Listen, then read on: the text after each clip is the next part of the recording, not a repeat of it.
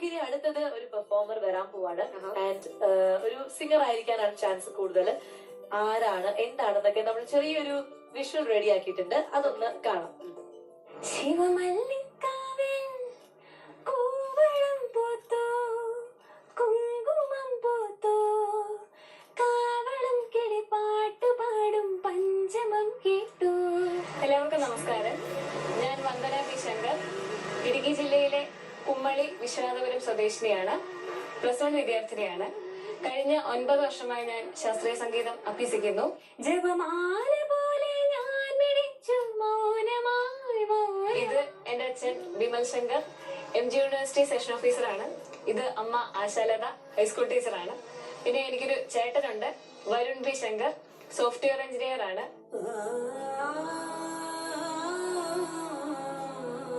എന്റെ പാട്ടിലാണെങ്കിലും പഠിത്തത്തിന്റെ കാര്യത്തിലാണെങ്കിലും എല്ലാ കാര്യത്തിലും എനിക്ക് എന്റെ സപ്പോർട്ട് അച്ഛനും അമ്മയും ചേട്ടനുമാണ്. ഇവരാണ് എന്റെ ഏറ്റവും വലിയ ശക്തി.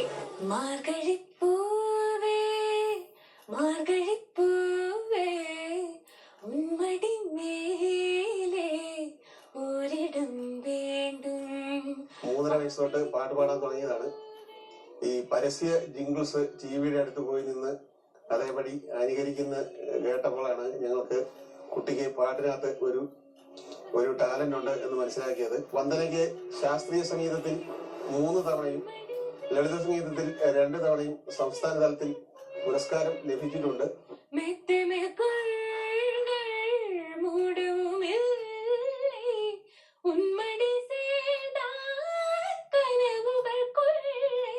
അമൃത ടിവിയിലെ റെഡ് കാർപ്പറ്റ് എന്ന ഈ പരിപാടിയിൽ എനിക്ക് പങ്കെടുക്കാൻ അവസരം ലഭിച്ചതിൽ ഒരുപാട് സന്തോഷമുണ്ട്. എന്റെ പിന്നിലുള്ള എല്ലാ ആളുകൾക്കും ഹൃദയം നിറഞ്ഞ നന്ദി ഈ അവസരത്തിൽ അറിയിക്കുകയാണ്. റെഡ് കാർപ്പറ്റിന്റെ വേദിയിൽ ഞാൻ പറഞ്ഞ പോലെ തന്നെ സംഗീത വിസ്മയം തീർക്കാനായിട്ട് ഒരു മിടുക്കി കുട്ടി ഇടുക്കിയിൽ നിന്ന് എത്തിയിട്ടുണ്ട്. ഒട്ടും സമയങ്ങളാണ്, നമുക്ക് സ്വാഗതം ചെയ്യാം വന്ദന ബി ശങ്കർ.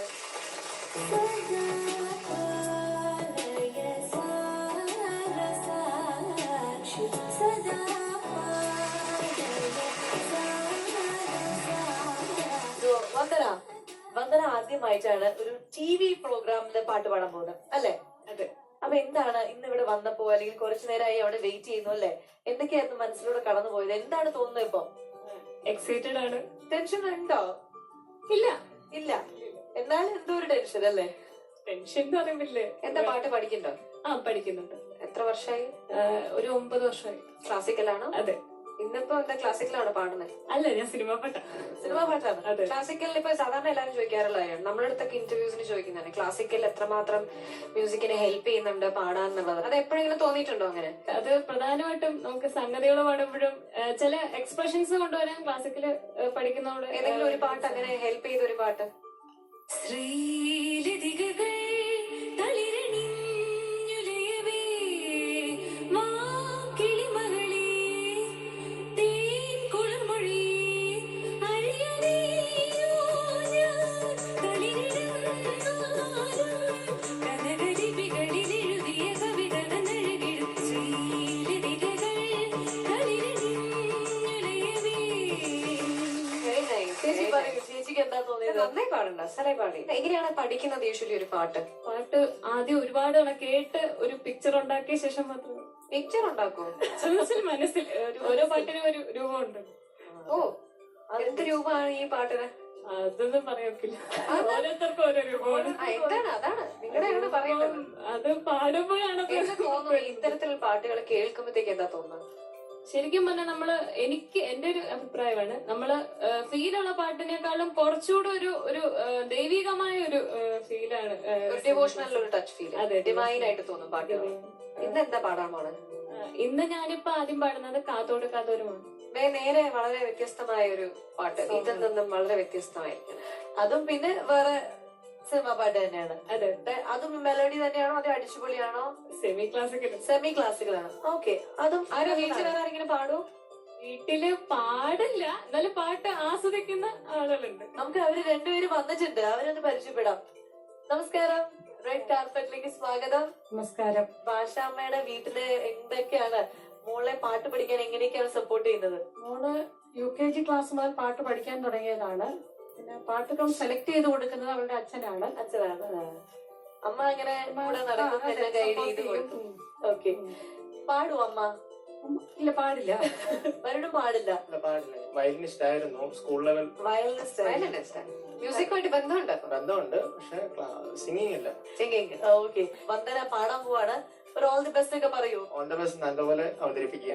അപ്പൊ തുടങ്ങാല്ലേ? എന്തായാലും ചേട്ടൻ ഓൾ ദി ബെസ്റ്റ് കിട്ടി. നമുക്ക് ഇനി നമ്മുടെ പാട്ടുകളിലേക്ക് കടക്കാം. 2 പാട്ടും കേൾക്കാൻ മഞ്ജരി ചേച്ചിയുടെ കൂടുതൽ എക്സൈറ്റഡ് ആയിട്ട് വെയിറ്റ് ചെയ്തിരിക്കുകയാണ്. Ready? Ready. All the best.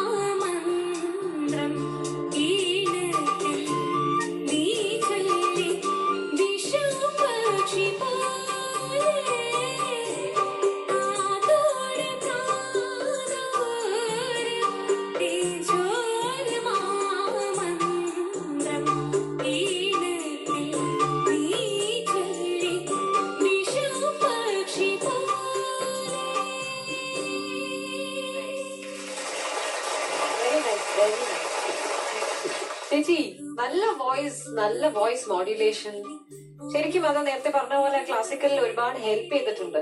പിന്നെ അത് മാത്രമല്ല അതിന്റെ കൂടെ ഹാർഡ് വർക്ക് ഉണ്ട്, അത് കാണാം, പാട്ടിലത് മനസ്സിലാക്കാം, കേൾക്കുമ്പോൾ മനസ്സിലാവും എത്ര വർക്ക് ചെയ്തിട്ടുണ്ട് ഒരു പാട്ട് എന്താ പറയില്ല എന്നുള്ളത്. അതെ. സോ വന്ദന, ഇനി അടുത്തത് ഏത് സോങ് ആണ് അസലായിട്ട് പാടി? ഇനി അടുത്ത പാട്ട് ഏതാണ്? വേദം അണുവിലും ഒരു നാദം. അപ്പൊ അതും ഞങ്ങൾ കേൾക്കാൻ റെഡിയാണ്. All the best.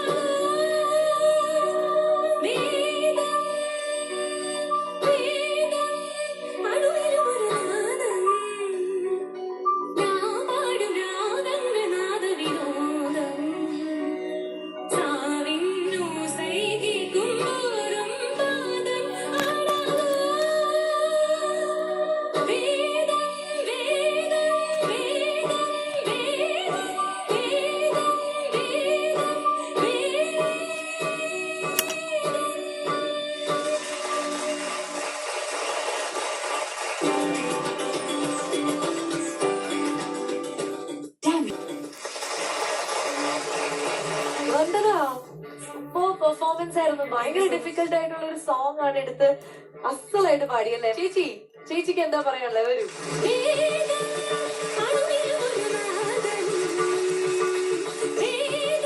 പാട്ട് നമ്മൾ എത്രമാത്രം കേട്ടാലാണ് ഇത്തരത്തിൽ ഏത് പാട്ടായാലും അത് നമ്മൾ എത്രമാത്രം കേൾക്കുന്നു അത് നമ്മുടെ ഒരു ആത്മാവിനകത്തോട്ട് അതിങ്ങനെ വന്നു ചേരും.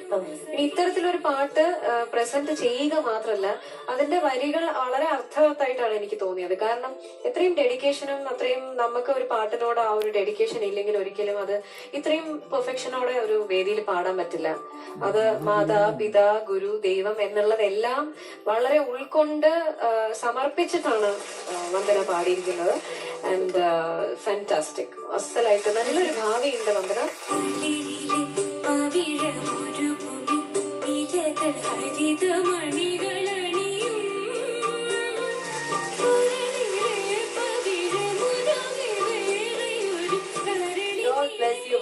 വന്ദനയുടെ തുടക്കമാണ് റെഡ് കാർപ്പറ്റിലൂടെ, അതായത് ഒരു പ്രേക്ഷകരുടെ മുന്നിലേക്ക് ആദ്യമായിട്ടാണ് ഇങ്ങനെ ഒരു വേദിയിൽ നിന്ന് പാടുന്നത്. ഇത് ശരിക്കും ലൈഫിൽ ഒരു തുടക്കം മാത്രമാണ്. ഇനിയും ഒരുപാട് സ്റ്റേജുകളും അതുപോലെ പ്ലേബാക്ക് സിംഗർ ആയിട്ടൊക്കെ വലിയ ഫേമസ് ഒരു സിംഗർ ആവട്ടെ. ഇതുപോലുള്ള അതുല്യ പ്രതിഭകളെ തേടിയുള്ള ഞങ്ങളുടെ യാത്ര ഇങ്ങനെ തുടർന്നുകൊണ്ടിരിക്കുകയാണ്. നിങ്ങൾക്കും ഇതിന് ഭാഗമാകണമെങ്കിൽ ഞങ്ങളെ കോൺടാക്ട് ചെയ്യുക, ഞങ്ങളുടെ വേദിയിൽ വന്ന് പെർഫോം ചെയ്യുക. അടുത്ത എപ്പിസോഡിൽ പുതിയ പ്രതിഭകളുമായിട്ടും നമ്മുടെ മഞ്ജരി ചേച്ചിയുടെ കൂടുതൽ വിശേഷങ്ങളുമായിട്ട് ഞങ്ങൾ തിരിച്ചെത്തുന്നതാണ്. Now we are saying bye-bye. This is Red Carpet.